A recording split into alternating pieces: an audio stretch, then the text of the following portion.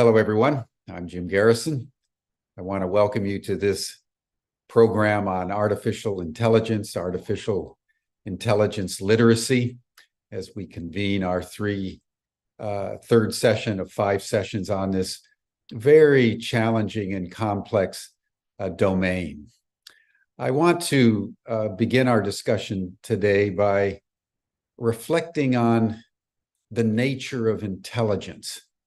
Over the last 2 days, we've been probing AI, and we have been asking a lot of different questions about its nature, its applicability, its positive potential impact, its negative potential impact.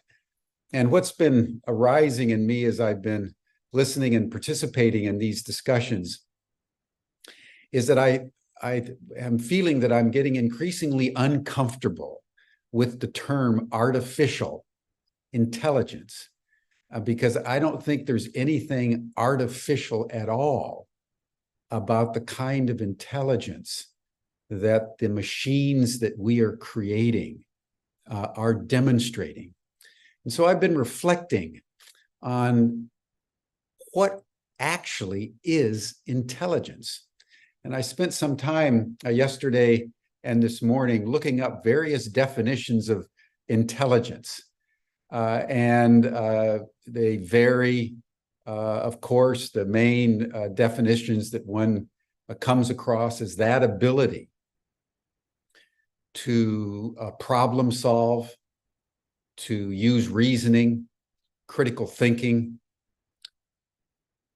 Other definitions include emotional intelligence, creativity, but basically intelligence, as we've come to understand it in human culture, is that aspect of our beings that can think and therefore can probe our interiority and the world around us in a structured way that enables us to successfully navigate through our lives in all the dimensions that are required. Many definitions say that the highest form of intelligence is intuition. And so as I've been thinking about the nature of intelligence in relationship to AI, and in relationship to the question that we were probing yesterday, posited by John Raymer, as to whether AI cares, I've been thinking more and more that, in fact, we need to understand that the intelligence of our machines, like the intelligence that we find almost everywhere in the universe, is no different. One of the characteristics of intelligence is, according to scientists, is that it emerges out of complexity. And the more complex an organism is, the more capacity it has for dimensionalized intelligence, which includes both the rational and the irrational, both the mental and the emotional, and at the center of which is the function of self-awareness. If one thinks of that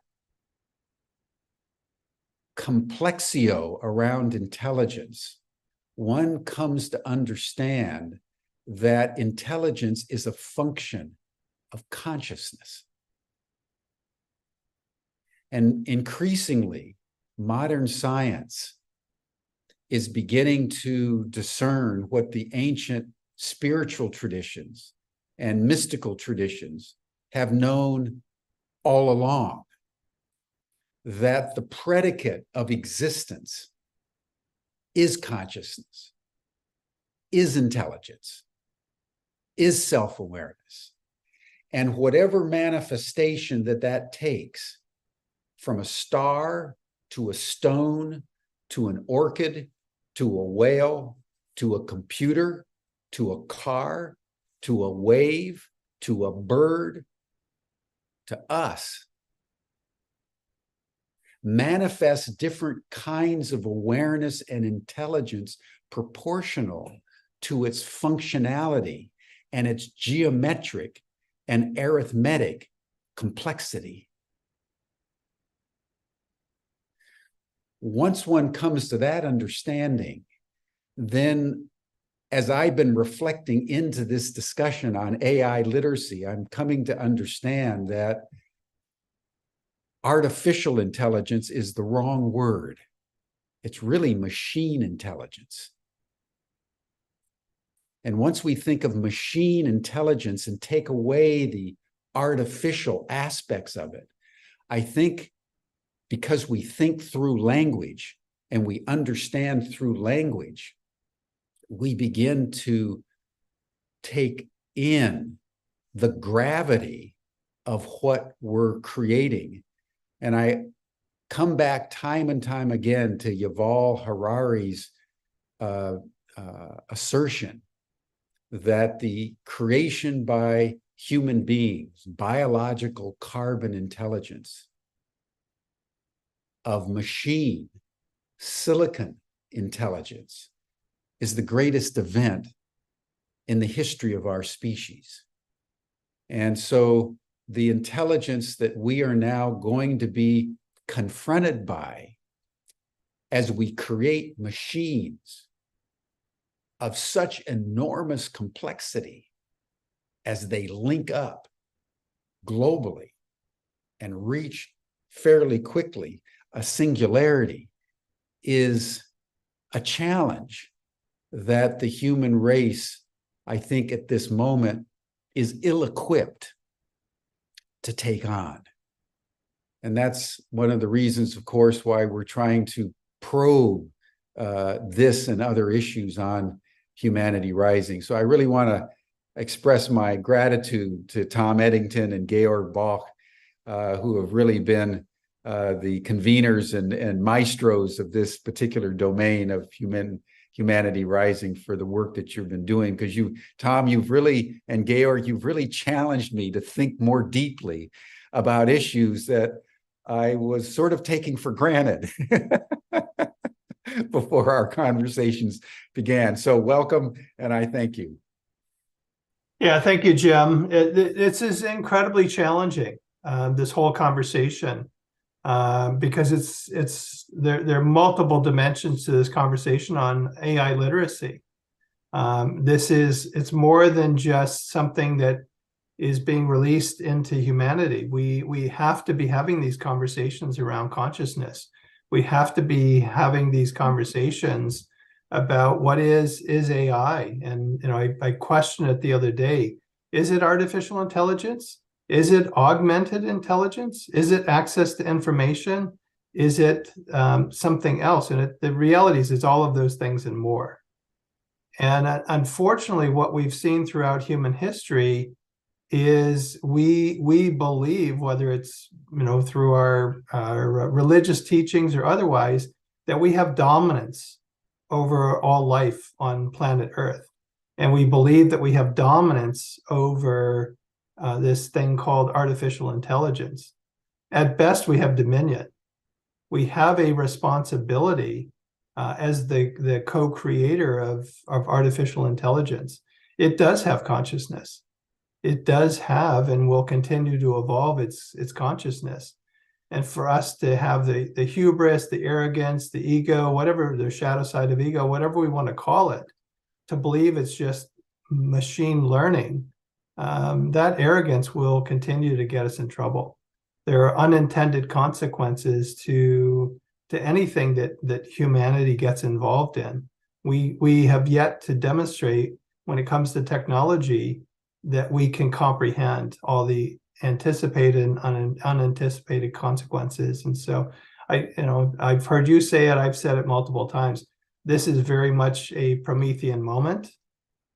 And unless we can take pause and try to comprehend, try to understand what we're unleashing into the world. And I congratulate President Biden and President Xi meeting today in San Francisco to hopefully come to a decision that AI will not be used in drones, will not be used in nuclear technology. I saw Google announcing today some requirements that they will be putting in place regarding generative AI. So there are steps being taken, but they feel reactive. They feel out of step. They feel as if it's a little bit too little, too late. And so I very much welcome the conversation today as we continue to explore this this idea of AI literacy. Georg, thank you. This has been such a delight collaborating with you, and I just so appreciate how you think and how you've approached this week from a planning and the panelists. And so I'll just welcome you into the conversation and kick us off. Thank you, Tom. Yes, it's been quite a week, quite a learning curve already. And I'm glad that you mentioned the Promethean Moment. I think what I'm showing you guys now, a little newspaper clip that was released yesterday evening, really speaks to this idea of a Promethean moment, because our favorite AI company, OpenAI, announced yesterday to the Financial Times that they are quite heavily in the process of developing GPT-5, so the next iteration of their AI, and they're looking for even more money from Microsoft, around $10 billion, to push this forward.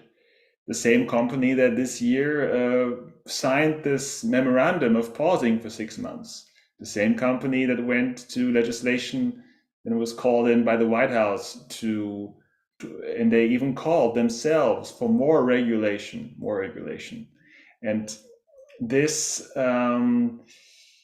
weird double speak, this paradox, this I would say even contradiction,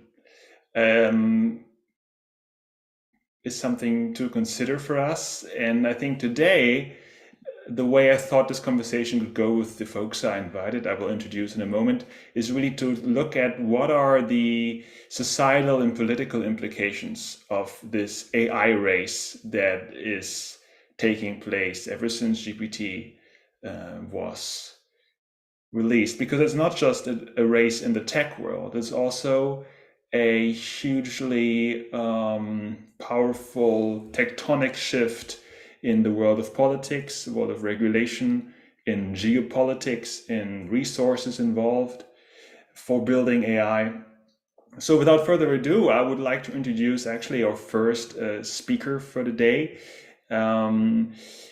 I will introduce both of you guys, and then I'll first start kind of the conversation with Sreekanth. So hi, Sreekanth. Sreekanth Mukku is from India originally. He resides in Germany, so do I.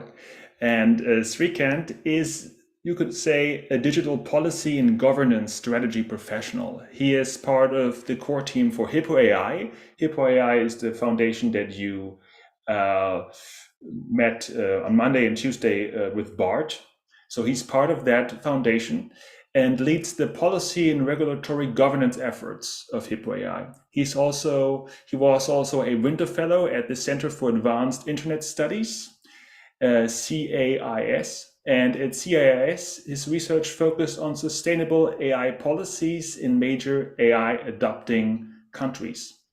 He has been independently executing research and consulting projects with nonprofit and multilateral organizations focusing on data inequality, digital innovation development, policies, and practices. And previously, Sreekanth led market development and public affairs for global tech companies such as IBM, Oracle, and Deloitte.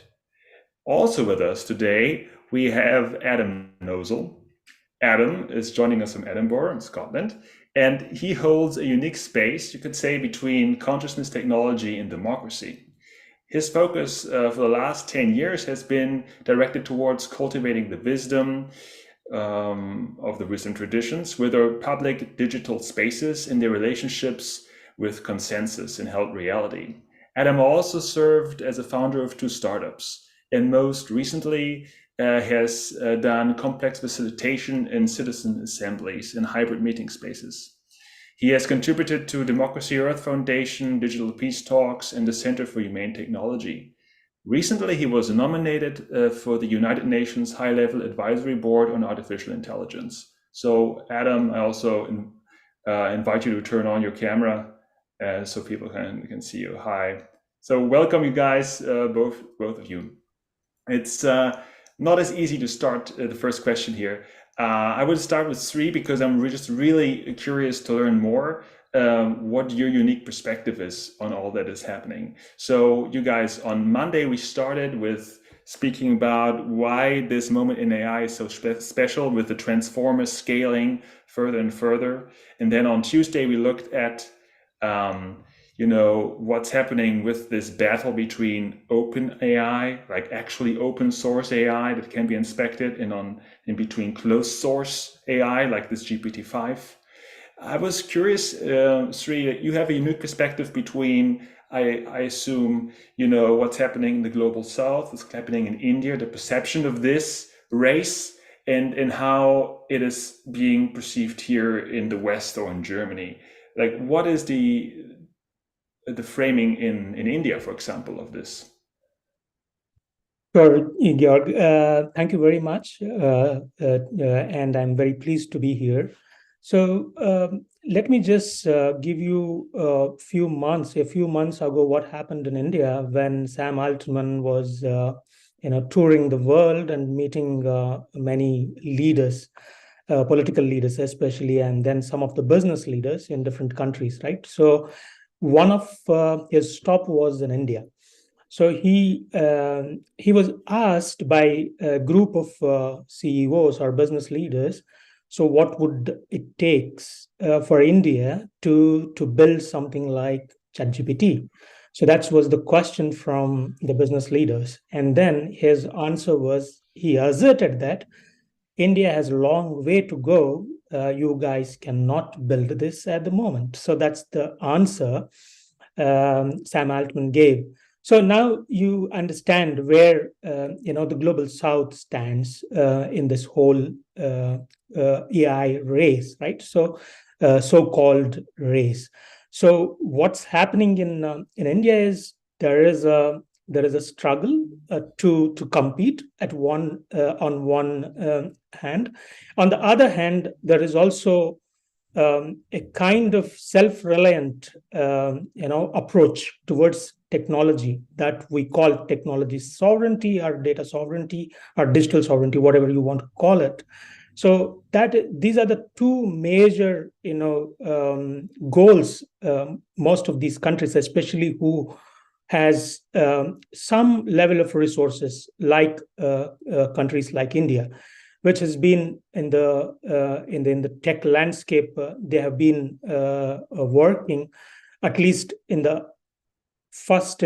a offshore outsourcing center for large companies from the West. So most of the companies used to outsource their work to India, and then they used to execute this from offshore centers such as Bangalore or Hyderabad, where I come from. But later on, India has stepped up its efforts and started building its own startups and its own products or product-based companies. But all this is again using the business models that are offered by companies in the Silicon Valley. There's no new business model, right? So India has not invented any business model in that sense, one. And second, India has not got any capability in terms of compute or in terms of cloud infrastructure, which is actually necessary to be self-reliant or to secure your sovereignty, tech sovereignty. So what they have done is they have kind of implemented few rules to protect their data sovereignty. Let's say all the data what you kind of collect or the process within India, it has to be processed within India so that the national security and other security issues can be dealt with. So they asked the major cloud infrastructure companies like Amazon or Google or Microsoft to establish these data centers and provide these services within India, not to host the data outside India. So now you see where the problem comes from, right? So there are certain problems which Europe faces. India also faces the same kind of problems on one level. But on the other level, India's problems are even bigger because of the magnitude and the size of the country, the population size, and the kind of resource constraints India faces. Since the much of the population only started to gain internet connections and internet usage, these all are very recent, right? So this is all just started in the last 5 to 10 years. So now still India is actually struggling to give mass internet to its citizenry. So where today it stands only at internet penetration is at 55 to 60%. So whether to provide the access or to build sovereignty, this is again another classical problem or classical issue India is grappling with. So I would say from global South perspective, but most of the global South countries are in the same situation, barring China, which actually catapulted to the next level, right? So that's where we can see how global South is dealing with these issues. On one side, want to compete or want to secure the digital sovereignty, but at the same time grappling with the resource constraint. So I will pause here. So then I think we can discuss this in deep as we go on. Yeah, it's actually true. Germany is in a similar situation. There is this one German company that now is being financed by German companies like Bosch and the Schwarz Group, which is called Aleph Alpha, which has a similar business model to OpenAI in the sense that they're doing also closed black box AI with a focus on B2B. I see the connection. At the same time, I'm curious, like, what is the perception of this term AI in India? Like, are there different projections into it or a different narrative around it? Is it even a thing, or is it? So I would say the summit what we are in is AI literacy summit. So the literacy levels, you can say in India is much lower as compared to the West. That is very obvious because the general literacy rate itself is low on one hand, and then there is digital literacy that is again even lower because of the internet penetration and the general literacy levels, and the access to information is again constrained by languages because English is predominant language in which India works and most of the Indian population.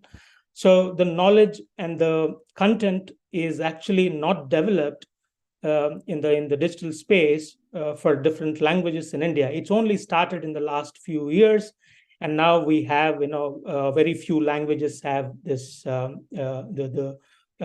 in digital space. The content is in digital space. That's one issue. But the other issue, as you rightly pointed out, the framing, right? The different framing. People still think AI is just another technology. And it is going to give much more benefits than the previous round of innovations we had. That's one because it's again very mixed and very complex understanding India has, right? Because India population also is not very homogeneous in that sense. It has huge inequalities in terms of education, in terms of levels of information access. So if you go and speak to people who are working in the tech, they would tell you more about artificial intelligence in a different way, saying that this is a machine learning. There is an umbrella term. You have many, technologies which are bundled together, and it is part of the computer science discipline. That is one way of understanding. You have it is very much prevalent in most of the tech world. But when you go and ask others, non-tech, or who have not, interacted with they see this more of a kind of a technology which is going to do magic. It's like what they are seeing today with ChatGPT, because they didn't see, Google also used artificial intelligence to come up with search engine. So today, in the last 1 year, it's all about ChatGPT. So ChatGPT has become so popular. So artificial intelligence now is equated with ChatGPT today. So similarly, what happened with internet, right? So in India, internet was equated to Facebook. You have access to Facebook and Google. That means actually you have internet usage. So that's how the technology is becoming more and more generic or commoditized. Then you kind of equate the brand with the technology rather than seeing technology in a very nuanced way. So that is because, again, the kind of population and the kind of heterogeneous population what we have, and the kind of literacy levels what we have. So that's where this comes from. Yeah, this is an excellent point, Sri. I think this distinction you make between the ability to distinguish between a brand, a commodification of a technology, and the actual technology itself, the architecture, that's really the hallmark of literacy, digital literacy, and then also AI literacy. And I think this is a great point to bring in Adam into this conversation, maybe, because in our previous conversation, Adam, we talked about the distinction of, AI not really being software in the original sense. If you look at AI from a UX perspective, like you would do about a website, it's a different animal, right? It's like, what has your experience been about speaking about AI, framing AI in your work as a, you could say, communicator of this technology? So it's certainly evolved very quickly over this year, shall I say. So I've never been involved in a conversation where I'll make a presentation and the next day it's obsolete. So there's a great deal of change taking place in the landscape. I will mention, maybe for the audience, like when we speak of UX or UI, so user experience design, or user interface design, is that term. So it relates to the experience that you can see on your screen, and how you navigate these spaces, where the designer arranges digital pixels and squares to elicit an experience or a service, and so on. And yeah, we're really on the edges of that, with some of these interfaces or applications of AI. And the conversations that I spend my time in, recently I've developed a series of talks called The Citizen's Guide to Artificial Intelligence. And just a few weeks ago, I was delivering that in my local library, of which I'm fairly convinced I was one of the youngest person in that gathering by far. And holding that conversation to distinguish between, ChatGPT or alike, which is essentially a blinking cursor on a screen, but then to distinguish what the technology that sits behind that and where that features in different spaces.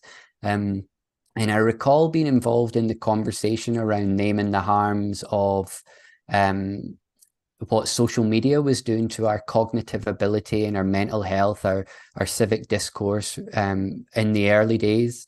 But then also seeing people just not understanding why that was, like why you were bringing these things forth. And I think that was evident in some of like people I've worked with. They were involved heavily in bringing the big players into Congress and saying to them, like, you know, the famous quote of Mark Zuckerberg being on there going, "But we sell ads." You know, there was a huge disconnect between where the tech space had got and where society understood it. However, I've been reassured this year at this pace at which that has closed in the circles I'm in. The questions I was being asked in that gathering were really insightful around the hopes and the harms of this technology. And one of the examples I share there, you know, from a UX perspective or a user experience, you run tests on the things that you create. You say, okay, we would like to make more people visit this website, or we would like to prioritize this feature, or we would like to make the password gateway more accessible for a broad range of human abilities and experiences. And then you run little tests on them. You might do A/B testings, a method where you send a group one way, another group the other way, and you feedback of the results, and then you iterate in the direction that is more desirable. And you can do that to an extent with ChatGPT from a user interface perspective.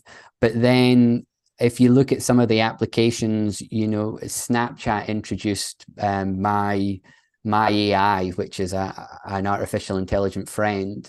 And when you start to see that people are now in relationship with this, how do you test for the implications of friends that don't sleep or never sleep?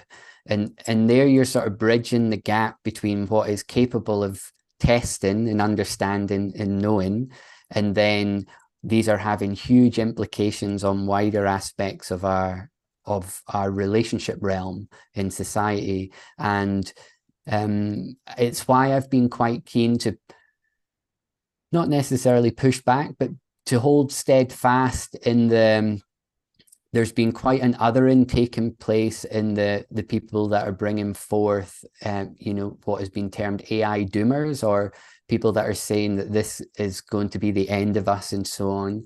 And there's been a haste to silence that or move it out of our peripheral vision, shall we say, where I'm less keen to do so, because of we are interfering with some of really fundamental parts of how we relate to, whether it's each other, whether it's our democracies, whether it's content that we create, and even faculties of our intellect. So I like to hold a little bit center on that for as much as I can.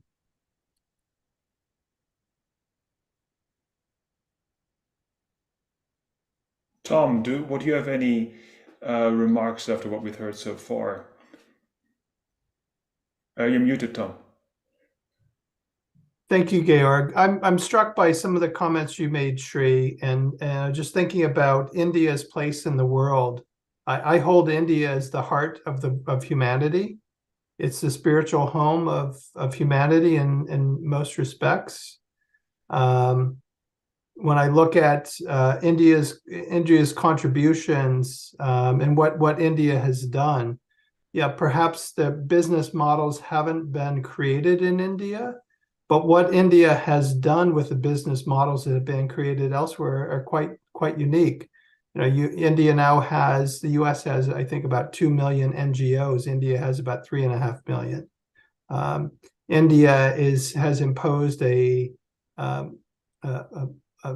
financial contribution or requirement of businesses to take, I think it's 5% of their profit and contribute it to NGOs for the public good. India's got more people in the middle class than the US has citizens. I mean, there's the ITT graduates.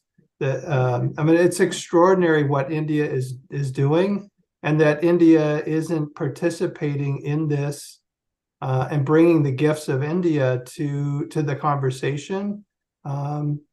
It's a loss for humanity from my perspective.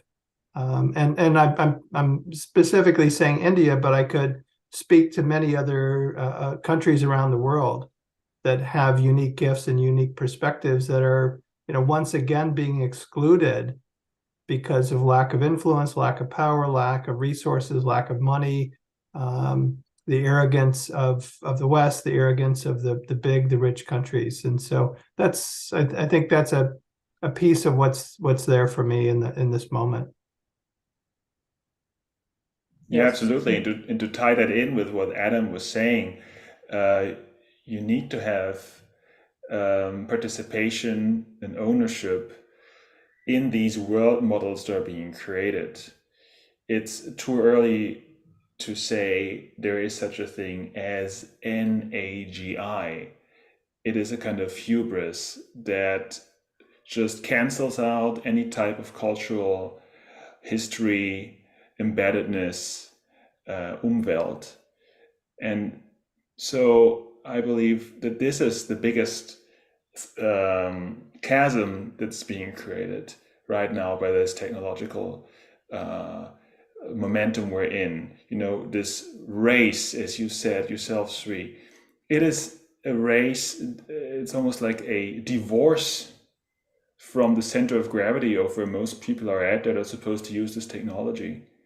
What we should really be doing is a global Marshall Plan of distributing the knowledge of the current models all over the world so we can build them in a manner that's distributed, and spend more time on understanding why these models come up with what they come up with.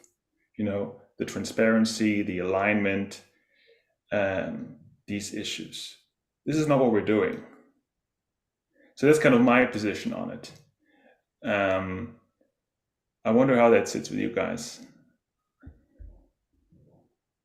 So yeah, certainly all valid points, and to Tom's intervention here. So I would like to say something about India's position in the global stage.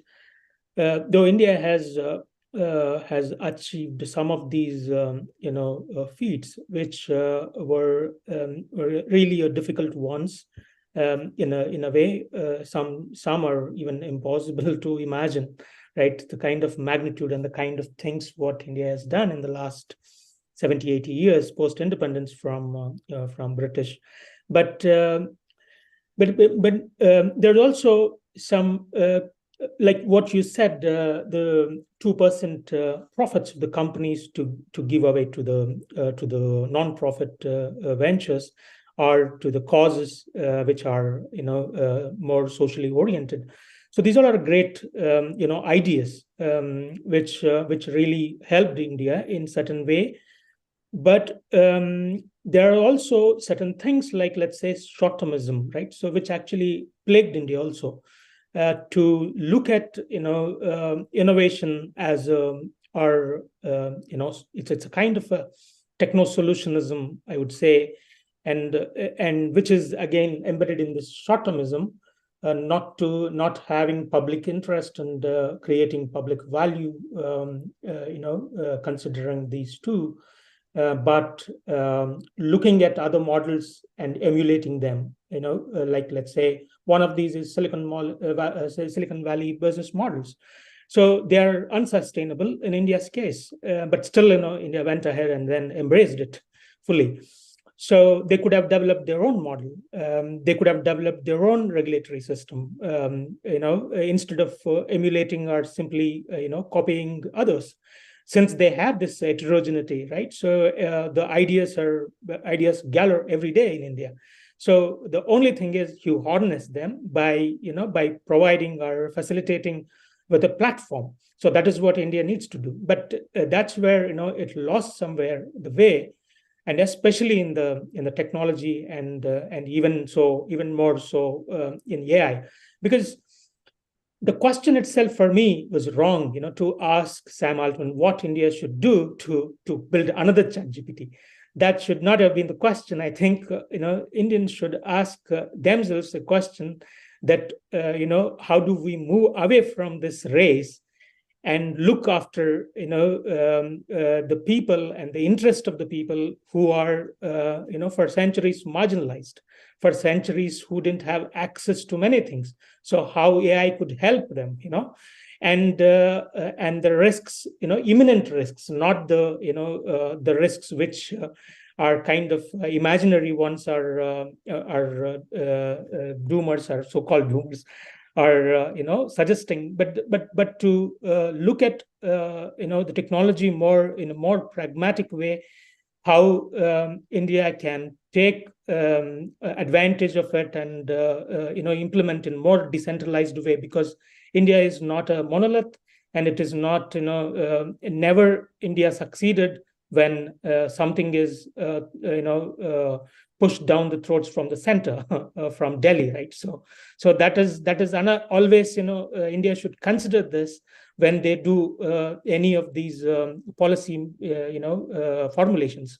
So one example it comes to my mind is demonetization, where India sucked all the money, the currency notes, high value currency notes from the market, and asked people to queue up in the lines to exchange these currency notes for the new currency notes, because these currency notes are detrimental for technology development, because India wanted to bring all of them onto the digital space. So it was a coercive move. I can't think of any democracy doing overnight, without any deliberation, careful calibration, asking its citizenry to come and then give away their currency notes, and then so these all are thoughtless short-termism. So this is where India should focus more on long-term solutions which are sustainable, which are considering the public interest more than corporate or business interests, or even the regulatory capture by big tech. But I will come in a bit, I think, in the more when we speak about regulatory capture in India and the policy capture by tech firms. Yeah. Adam, or Tom, you going to say something? Yeah, I was going to say something real quick. I mean, we've seen India do it with food. India was one of the first countries in the world to ban glyphosate. A number of states in India have moved to organic farming and mandated organic farming because they saw how technology of glyphosate and other poisons, herbicides were being misused. The business models were indebting the farmers, were resulting in mass suicide. So we've seen India, at least in that realm, use to look at technology from a long-term perspective, and they've led the world in that regard. Sure. Yeah. Go ahead, Adam. I just wanted to say, I think it's so weird that everything you just said about AI and reacting to it also applies to Germany and to many places in Europe. I think the term like global south, it's a weird term because it's like this generalization of an entire strip of the planet. I think it was supposed to replace third world or something, but it doesn't do such a great job. I would rather argue today that it is all peoples of the planet that have actually very similar interests in grasping this technology, adapting it to their cultural context. And it is really the economic interest of companies that are building their monolithic models, independent of where they're from, that are seemingly opposed to that. So I think we should try to move out of this global south versus conversation, because what you just mentioned there towards the end about enabling people to understand the technology, long-term thinking, this is something we just don't discuss. Like, what is the long-term of building idea of building GPT-5? They say to build an intelligence that is AGI. To me, this is an insufficient long-term political project. I'm not convinced this is a good idea, and we're not having this discussion. right? So I almost feel as if we should try to build a political global alliance to question this idea of AGI and come up with a different vision of what long-term AI should be. And there have been ideas kicked around that AGI is about replacing humans. Sam Altman even has said himself that he wants AGI to replace the median human, which is a disgusting term that reminded me of kind of Hillary Clinton when she said the deplorables and then lost to Trump, right? These terms that are just, as you said, Adam, othering people. And so I wonder, like, this all goes back to this idea of looking at core tenets of what AI can do for us in the long term, right? I wonder how how this sits with you guys. I think it's a wonderful question, which I think needs a process that we can engage within, where we come together to decide what does it mean to be alive together. Because the function of AI in that is a part of our relationship of being alive together. One thing that's really interesting just now is that AI, its presence, particularly this year, has galvanized a conversation around the world. We're speaking here of, the largest democracy in the world, in India, is now, is calling forth, which is not a conversation unique to the AI. You mentioned about when the internet came, that we're still sitting between 50 and 60%, access to that web of communication for that part of our world. But then at the same time, when you see where our attention is held, if you look at the graph of the uptake of people using these platforms. So, for example, the uptake to Facebook took X amount of time to get X amount of users. The uptake to Netflix took X amount of time to get X amount of users. ChatGPT got more users than any platform ever before in a shorter time than which has ever happened.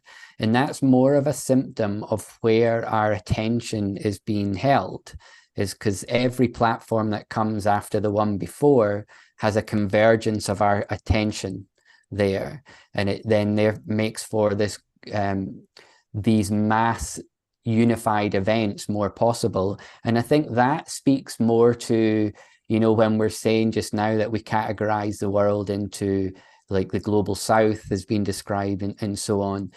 When you think of the world as where our attention is, I think that's a much more interesting place to have the conversation, because that unifies so many different nationalities, it unifies so many different worldviews. A really interesting person to look into their work who has mapped out the access to AI around the world is a lady called Kate Crawford. Her book is called Atlas of AI. And essentially she's mapped AI from its material source, from where it's extracted from the crust of our earth, where it's pulled out using the energy, who that's done by, where it's done, the outputs of what comes of that, and then to the very end person, to essentially, when you're talking about AGI, I think there's about 7 human beings on earth that stand to profit from that. And the whole circle of humanity has to fit around that somehow. And one of the things when I was speaking, in my nomination to the United Nations High-Level Advisory Body, when the group was appointed, those that were nominated but not appointed were able to put forth suggestions. And one of the things that I asked for, presented an invitation to consider, was that of citizen assemblies on this topic, a global citizen assembly on the use of AI, the applications of AI, because a lot of these conversations that you mentioned, you know, about the replacing human beings and different things, it comes from a very individualistic understanding of what is better. The person who's displaced on the other side of what is better may have a very different understanding of that. And I think that's where the conversation needs to take place, and to be improved upon around, you know, around our world, from that side. When we think of like things to do with our perspective of intelligence as well, we've spoken about that a lot tonight. We have some places when you're saying you're racing towards, like there's organizations just now that are racing towards bridging the language gap between human and animals, for example, you know, and of the understanding and making big success in doing so, being able to speak in English to animals using AI. But that comes from the understanding that, you know, many of them claim we've never been able to do this before, but there's many people on earth that hold abilities and different wisdoms that have long convened with animals. It just may necessarily mean that those people developing that product don't have that, have never done that before, which would be more accurate.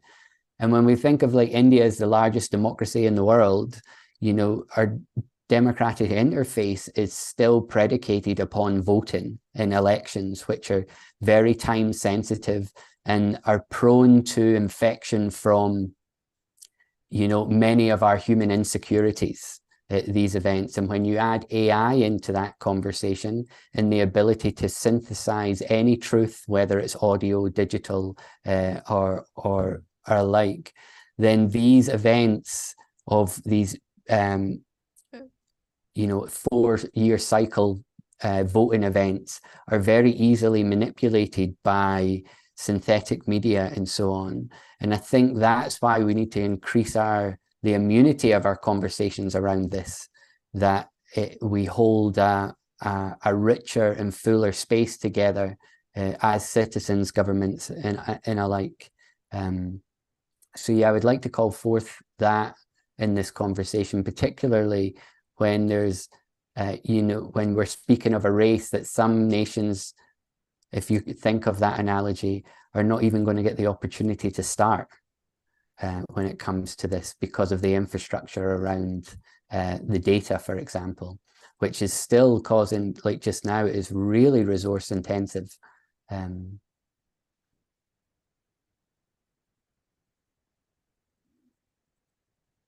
Yes, I think this assembly idea is absolutely timely, and it also is related to the framing of what this technology is in its core, right? The current narrative we are given by the developers of this technology or providers is that it's supposed to increase our productivity. It's supposed to increase the productivity of knowledge workers. This is, for me, it's like a big showstopper. Okay, so this means that I'm supposed to be able to write more emails in the same amount of time. These emails are not written by me then anymore. I have a co-pilot that helps me write them. What then happens to the people that receive these emails? Like, I write 3 times the amount of emails. The other person on the other end then knows, oh my God, probably they were co-written by AI. Am I still speaking to this person? This is a problem we're already facing right now, right? We're diluting the sense of a subject speaking to another subject because we know that there was something else involved. Mm-hmm. When I mentioned about the UX space and, you know, trying to bridge that gap to where we are today, one of the research questions I've been working on and trying to bring momentum around is in relation to, like, what are the signals of health that we check for within a population that is outsourcing its cognitive abilities while simultaneously digesting synthetic created content, and it's not necessarily to say that it's good or bad, but there's certainly, because we are doing this en masse for the first time as our species, essentially, that we're now outsourcing a large part of our what once was our cognitive ability to this, is how do you check for that, you know, the symptom of that there is just this endless chain of emails going back and forth that no human being is ever intervening in, and these conversations are taking place in there, whilst all the time this has a real large material cost to planet Earth. And is that a good use of this tool that we have, for example? Yeah, I think that one of the core things this assembly has to do is to root the cost of operating AI in the material cost in terms of CO2, water consumption. As we heard yesterday from Bart, OpenAI does not talk about the CO2 footprint of so many tokens of compute. It is absurd that in 2023 we don't have this conversation. Where's the ESG report, right? How do we actually then juxtapose or put in relation what this intelligence costs us all? Is it really cheaper than having a human being sitting there, training human beings? So this, I think, is the big kind of conversational shift. Replacing human beings with AGI, median human beings, which all of a sudden gives room to people who are extraordinary and those who are not. Then those who are extraordinary can keep on wrangling AIs, while the ones who are not extraordinary are kind of replaced by it. To do what? Where's the dignity in it? With what permission are they supposed to be replaced? With a pure rationale of increasing productivity? It just doesn't add up as a political conversation to me. And we're not having this conversation politically. If I may add here, Georg, actually, yeah, that's a very pertinent conversation we should have, and which is missing even in the policy discourse, right? So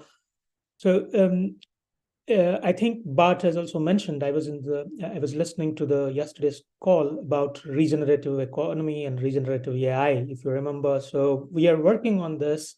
So where we are posing these two frames opposite to each other.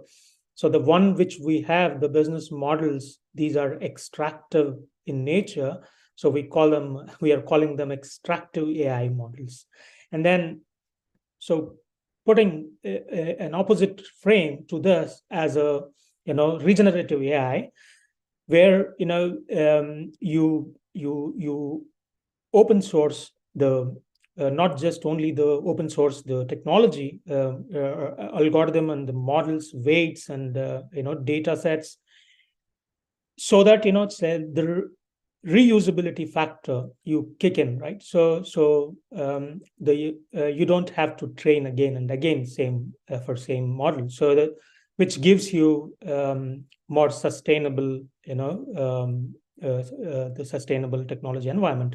So that's one way to look at it. And second is openness also is measuring things and then be transparent, so you can actually measure and then be open about how you are consuming different resources from in the whole value chain, from extracting minerals, from to build your infrastructure or microprocessors, all the way up to building the model and training the model on the data.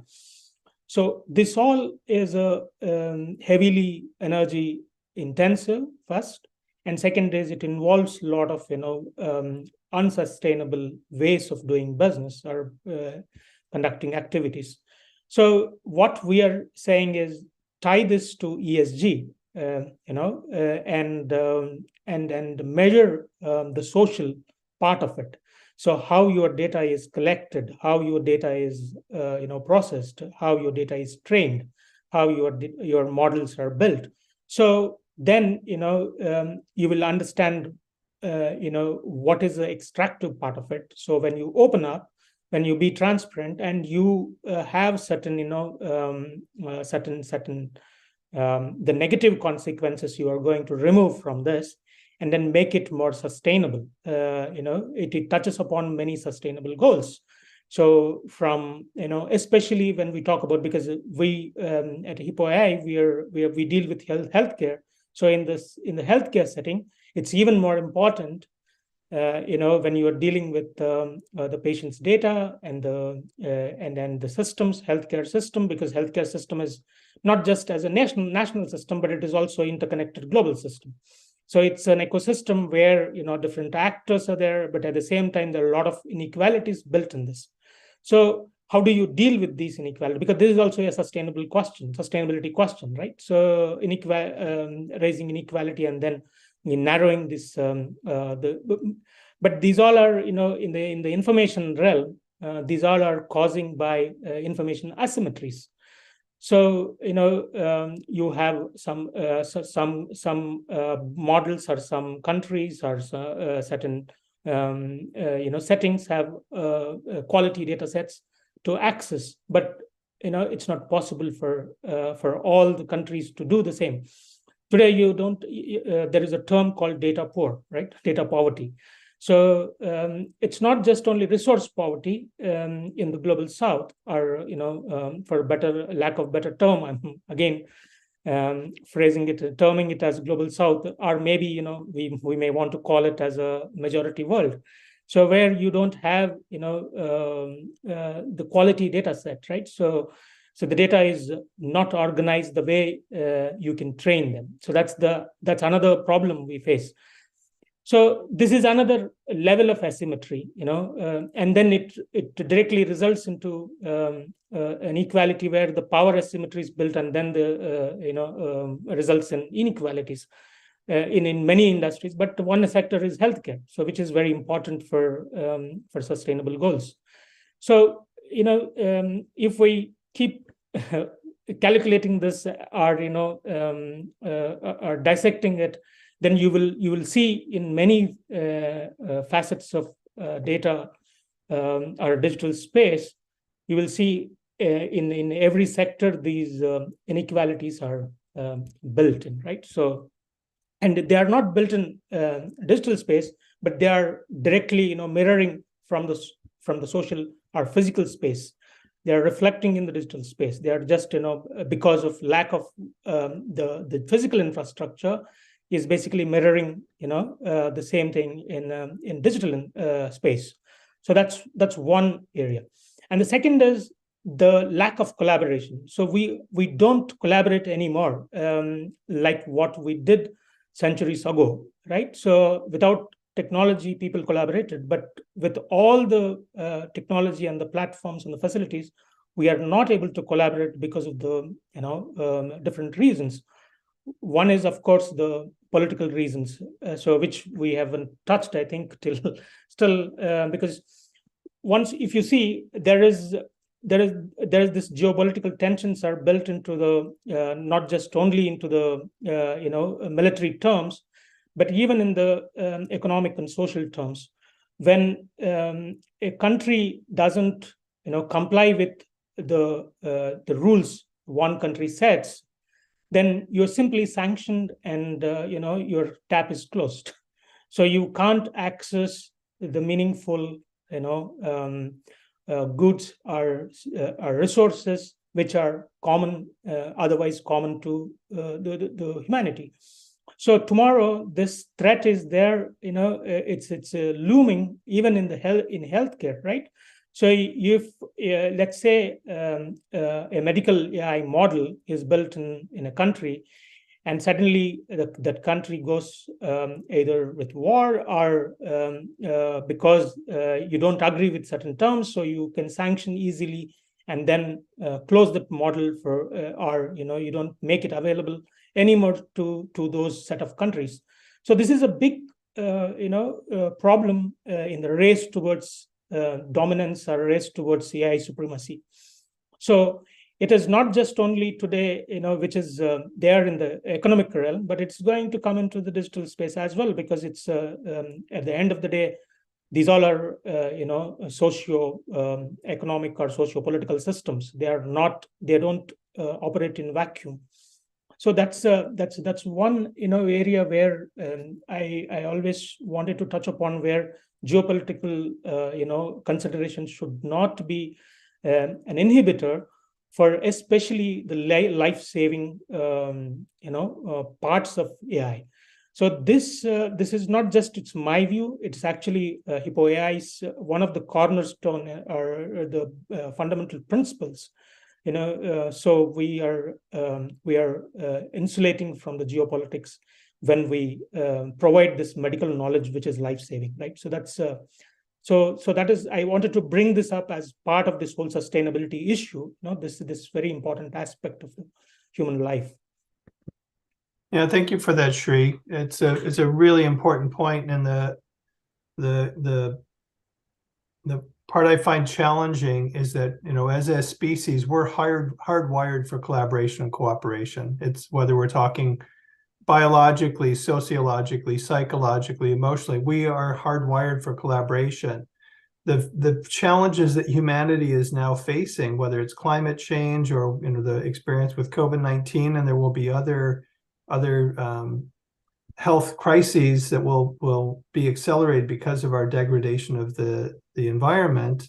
And now with with what Jim has been talking about for several months now, with the US government releasing data and information on UFOs and contact, we are being presented with a series of challenges as a species that can only be addressed through collaboration. And yet our systems, our policies, our practices, our way of being have been anything other than supporting collaboration. And how we move through that, I think it's one of the biggest challenges facing humanity, is how do we return to who we naturally are? Yeah, Sri, I think this distinction you made between an extractive model of AI economies and a regenerative model, that's just absolutely crucial. That would be probably number one if we talk about AI literacy, for people to understand the difference between it. When you say extractive, to me it's extractive that OpenAI and other companies use human reinforced learning in the global south, or let's just say the majority world, as you said, to train, or let's say fine-tune these gigantic data sets so they become more palatable to the Western taste, and all the disgusting child pornography and hate speeches slightly kind of filtered out by human beings who have to look at it. This is a huge part of what makes the system intelligent, is to have human beings there, and this extraction of their intelligence and the feeding into the model. Same time, all the abilities that the AI models have are in a way extracted by prior work of human beings who have written them in a different context, or created them in a different context. So we have this enormous and unimaginable extraction of value from prior work, independent of what we consider copyright. Copyright seems like a too small term to even comprehend what is happening right now, because this value is not just on the noosphere, on happening on the books that have been written, all the digitalizable information of the planet. It's also happening in the field of biodata, in medical field, genome. It's happening in the world of seeds. As we know, these models are really good at folding proteins. So we have an extraction process that seems to favor those with the biggest and fastest computers, which seems to be a pretty bad dynamic, and I believe can only stop by a strong alliance of the global majority. This seems to be like the most, like the end of it. I don't see any other way. Absolutely. So, but there can be collaboration between, between not just because we are from different countries, so we need to collaborate to come together, but as just from the sake of collaborate for the sake of the maybe effective altruism or altruism you want to say, or you want to say, you may want to term this as a the larger public interest, right? So simply, it's nothing to do with either government or economic interest, but larger public interest. There can be collaboration, or there is already. It's not that there can be, but there is already collaboration in many forms. So I was just going through one of these reports on GitHub, right? So there is this graph where the contributions of the number of the projects, open source projects, from different, especially on AI projects, open source AI projects, from different countries. So I see there are this China, European Union, US, and India. There are 4 as from the country specific, and then there is rest of world, right? So the rest of world is almost half of the contributions are coming from rest of the world. So which is like more than 40%. That's what it says. The report says. So which means actually people are really collaborating, and then to create this, to create this value for not just for themselves, but for others. To build on, or to consume, or to get benefited from, and even to to feel as an individual, sovereign individual, apart from being just identified as a person from one country, right, or one race. They're simply collaborating to make others empowered, rather, you would say that. So that is really heartening to see, right? So there's no incentive for them to do this, but there is only incentive is, they got benefited from this, so they want to keep the chain open. So this is how things work. So that is where we also advocate, it's like it's more, open source because of this. So it is in the larger public interest, and it is also economic interest, right? It's not just only so economic interest is not devoid of social interest. It's economic value is a social value in many terms. So keeping open, keeping it public, and keeping transparent is as socially valuable as it's economically valuable. And it also ensures the democratic process, which means actually it is also politically valuable in that sense. So that is where I'm convinced with the whole idea of human collaboration around open source AI or open source data, right? So that's how I see, but in the same way in other fields as well, we can do this, we can replicate this to achieve these goals.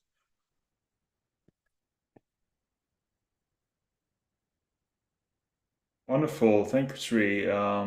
Yes, looking at the time, I think it would be great to maybe bring Jim back in and then give also Adam a chance to comment. And to me, this term regenerative AI really resonated. And wonder if that also resonates for you, Adam. Or to you, Jim? Yes, it's been a very interesting discussion today. I really appreciated the perspective that you brought, Sri and Adam, to this. And I'd love to have both of you comment on some of my reflections at the beginning, because I'm becoming more and more fascinated what you folks who are experts in AI, because you're immersed in it, how are you beginning to fathom the intelligence that we're being confronted by with machine intelligence? I mean, do you take the position that it is just algorithms and truly artificial? Or do you take the position that we're now dealing with an intelligence not our own, which is what Yuval Harari postulates? I'd just love to have your comments. Because, you know, when you think of regenerative AI, that's a term. And it's one thing for AI to be regenerative as just an algorithm of the human creation. It's another thing for AI to be regenerative if it's regenerating out of its own intelligence. And so I just would love to have both of your comments. So yeah, thank you for that, Jim. The term regenerative AI, I would just reflect on it and then come to your question. So we don't see regenerative AI when we framed it as a AI generates and regenerates on its own.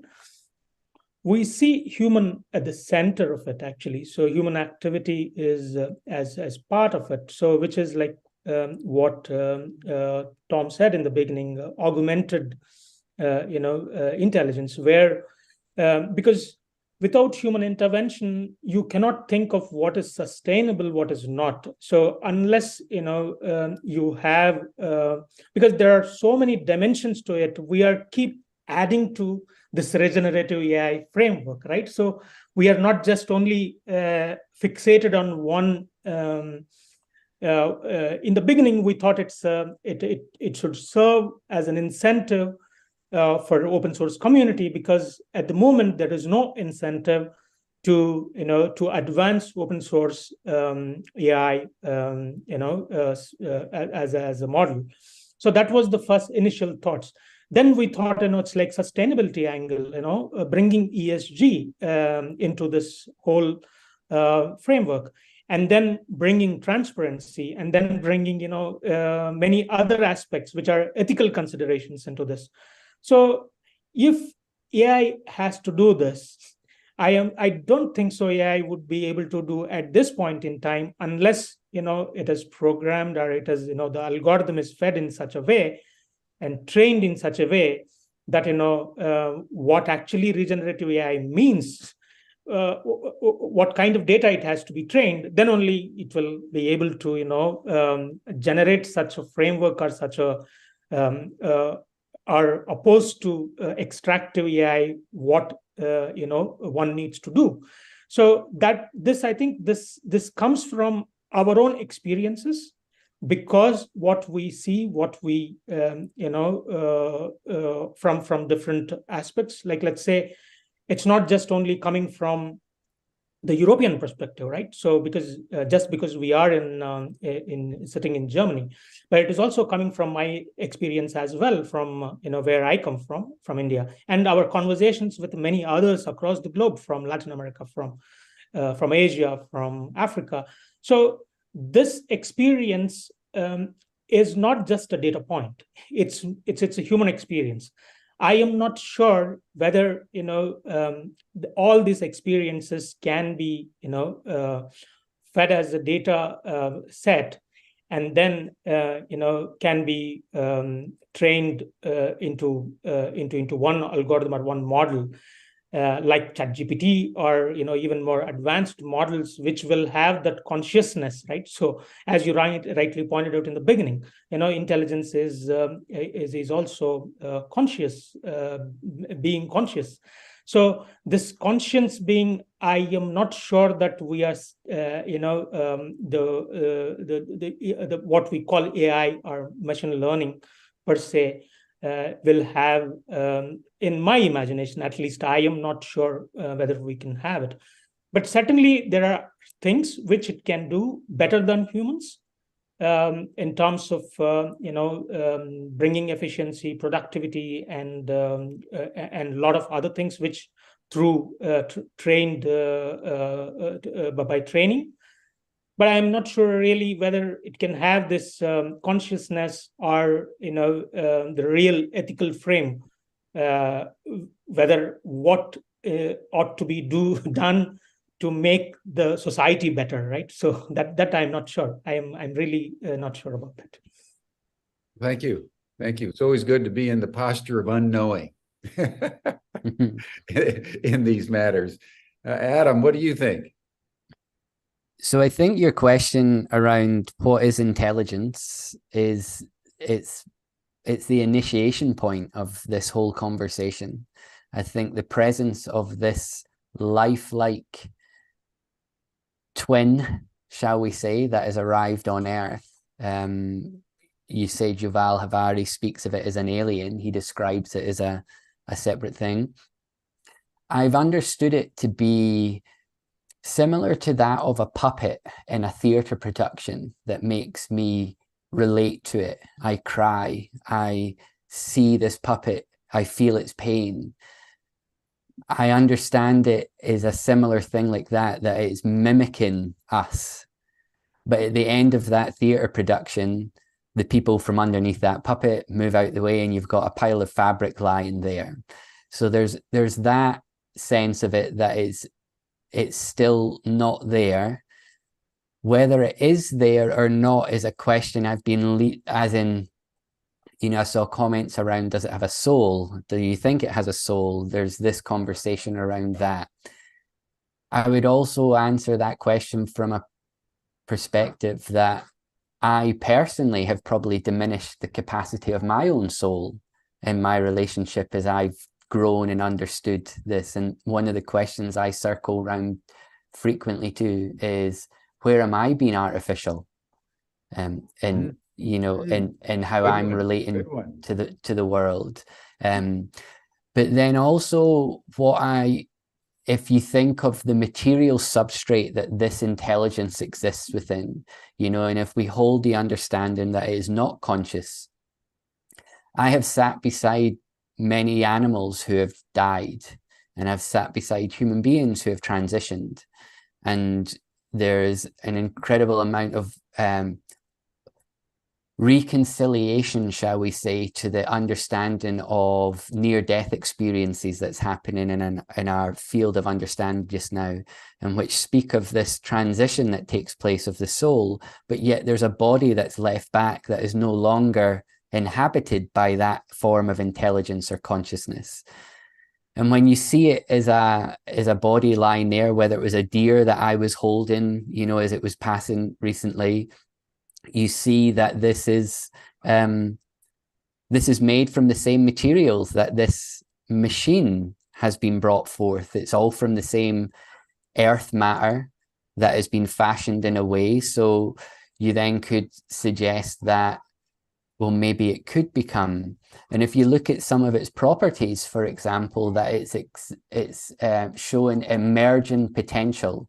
So no other tool we have that suddenly it develops a capacity to do something that we do not know how it did it. And also, I don't know if you're familiar with the concept of theory of mind. So the theory of mind, the ability to perceive that other people can perceive. We think it sits around between an 8-year-old and a 9-year-old's cognitive ability of theory of mind, these large language models that sit around there. But then I also look at things like, our ability to discern images, is now a real challenge that we have, because we can realistically recreate any image. And there's a lot of people deeply concerned about that in relation to the upcoming elections that are taking place. And I think Intel and Microsoft and alike have been putting in a lot of work to create these platforms that can discern imagery. And for example, there's one, I think it's called maybe Fake Catcher, possibly, can watch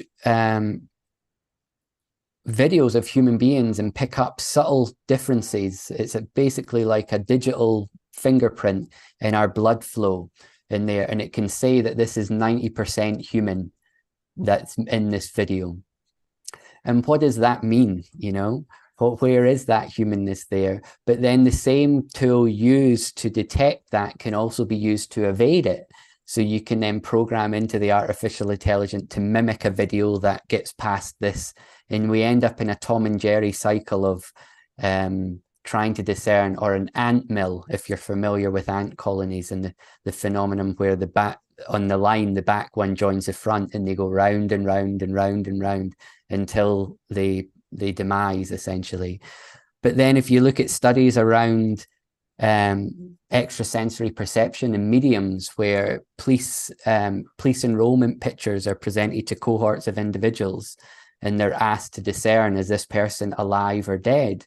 Above significant statistical significance, human beings can discern if there's an aliveness in the soul of the image of the picture, or if there's someone is deceased from an image. So it speaks to another capacity of our aliveness.